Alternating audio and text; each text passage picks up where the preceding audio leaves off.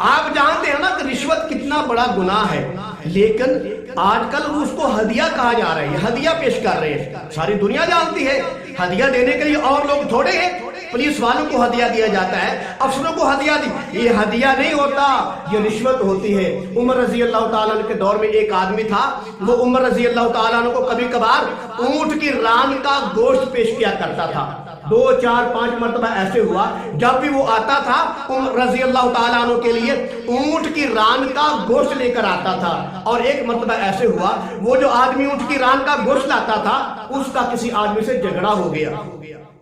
وہ دونوں آدمی عمر رضی اللہ تعالیٰ عنہ کے پاس انصاف کروانے کے لیے آئے، اور وہ آدمی جو عمر رضی اللہ تعالیٰ عنہ کو اونٹ کی ران کا گوشت دیا کرتا تھا، اس نے آ کر عرض کیا، یا امیر المومنین آج ایسا مزیدار انصاف کرو جیسے مزیدار اونٹ کی ران ہوتی ہے۔ اس نے اشارے میں بتا دیا کہ میں آپ کو ہدیہ دیتا ہوں، لہذا فیصلہ میرے حق میں کیا جائے۔ اس نے کہا عمر بن خطاب، یا امیر المومنین آج ایسا انصاف کرو، مزیدار انصاف کرو، ایسا بہترین انصاف کرو جیسے اونٹ کی ران کا گوشت بہترین ہوتا ہے، جیسے اونٹ کی ران کا گوشت مزیدار ہوتا ہے، ایسا انصاف کرو۔ عمر رضی اللہ تعالیٰ عنہ بات سن کر پریشان ہو گئے کہ یہ وہی آدمی ہے جو مجھے اونٹ کی ران کا گوشت دیا کرتا تھا، اور آج اس نے وہ تانا مارا ہے، آج مجھے اس نے وہ جو ہدیہ دیا کرتا تھا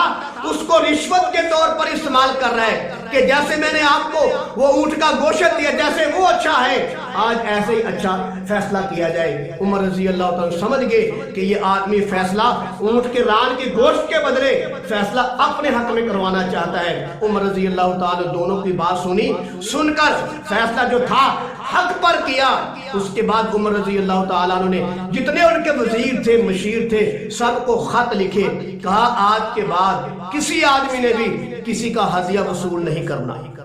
وہ سمجھ گئے تھے یہ رشوت کے طور پر جو ہے آج اس کو گوشت کو استعمال کر رہا ہے، کہا آج کے بعد کسی نے ہدیہ قبول نہیں کرنا، وگرنہ آپ انصاف کرنے میں آپ کو مشکل پیش آئے گی۔ تو لہذا آج کل بھی رشوت کو ہدیے کے طور پر پیش کیا جا رہا ہے، یہ ہدیہ نہیں ہوتا، یہ رشوت ہوتی ہے۔ ہدیہ دینے کے لیے آپ کے محلے میں اور بھی لوگ ہیں، غریب ہیں، مسکین ہیں، یتیم بچے ہیں، بیوہ عورتیں ہیں، لہذا میرے عزیز بھائی رشوت دینے والا اور لینے والا آپ جانتے ہیں کہ وہ کہاں جائے گی۔